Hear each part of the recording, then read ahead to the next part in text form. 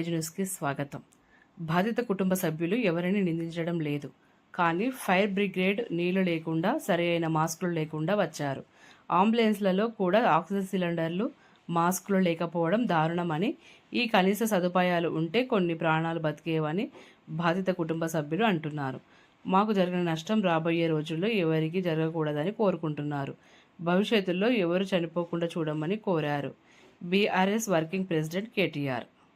అట్లాంటప్పుడు ఆక్సిజన్ మాస్కులు లేకుండా, అట్లాంటప్పుడు వచ్చిన అంబులెన్స్ ల కనీస సౌకర్యాలు లేకుండా వస్తే ఎట్లా? ఆ సౌకర్యాలు ఆ ఫైర్ ఇంజన్ ల అంబులెన్స్ లో ఉంటే కొన్ని ప్రాణాలు బతుకుతుండే, కొంతమంది అన్న మా వాళ్ళు బతుకుతుండే అనే బాధ. ఇలా రాజకీయం లేదు, ఎవరిని తిట్టేది లేదు.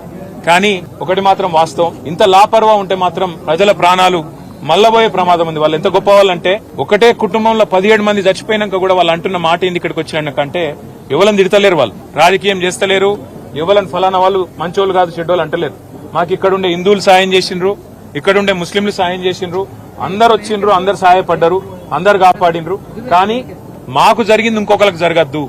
కనీసం ఇప్పుడన్నా ప్రభుత్వం మేల్కొనాలే, ఇప్పుడన్నా ముందుకొచ్చి ఈ రాష్ట్రంలో, ఈ నగరంలో మళ్ళొక్క ప్రాణం ఫైర్ యాక్సిడెంట్ లో పోకుండా కాపాడండి సార్. మాకు అంతకంటే ఏమొద్దు.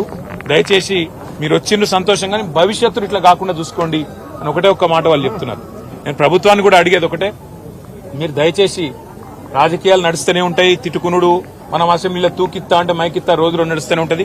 మేము దాని గురించి రాలే. కానీ ఇప్పుడున్న ఎండాకాలం వచ్చిందంటే మున్సిపల్ మంత్రి గాని, మున్సిపల్ అధికారులు గాని, పోలీసు వాళ్ళు గాని, ఫైర్ ఇంజిన్ వాళ్ళు గాని ఓ రివ్యూ పెట్టుకోవాలి, సమీక్ష చేయాలి, ఎక్కడ ప్రమాదం జరిగితే. ఎందుకంటే ఇది densely populated area. Old city అంటే ముఖ్యంగా చార్మినార్ అంటే ఎక్స్ట్రీమ్లీ డెన్స్లీ పాపులేటెడ్ ఏరియా. ఇక్కడ ఒక ఫైర్ ఇంజిన్ రానికి పోనికి కూడా జాగుండదు, తెల్లారు లేస్తే అంత ట్రాఫిక్ ఉంటది ఇక్కడ. మరి ఇక్కడ ఏమన్నా అయితే ఎట్లా అనే ఒక ఆలోచన ముందు నుంచి ఉండాలి.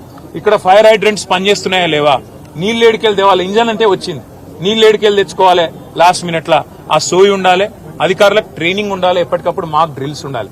అవేవి లేవు, ఇది మంచిది కాదు.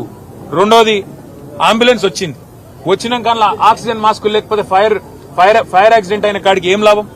వాళ్ళ బాధ అంతా ఏంటంటే 17 మంది చిన్న పిల్లలు 8 మంది పోయినారు. ఇంతకంటే అన్యాయం ఉంటుందా సార్? దయచేసి ఇంతకంటే దుర్దినం మా జీవితంలో లేదని వాళ్ళు చెప్తున్నారు. మేము కూడా ప్రభుత్వాన్ని ఒకటే కోరుతాం, చచ్చిపోయినాక కాంపెన్సేషన్ ఒక 5 లక్షలు ఏదో ఇచ్చి చేతులు దులుపుకున్నాడు కాదు, భవిష్యత్తులో ఇంకెవరు చావకుండా చూడండి. భవిష్యత్తులో ఎవరికి ఇట్లాంటి దుర్మార్గమైన పరిస్థితి, ఇంత ఘోరమైన పరిస్థితి రాకుండా చూడండి. దయచేసి మీరు చేస్తున్నారు కొన్ని పనులు, ఇంకా మంచి పనులు చేయండి. అందాల పోటీలని వాటి మీద పెట్టిన శ్రద్ధ దీని మీద కూడా పెట్టండి, వాటి మీద పెట్టే ఖర్చు ఇక్కడ కూడా పెట్టండి.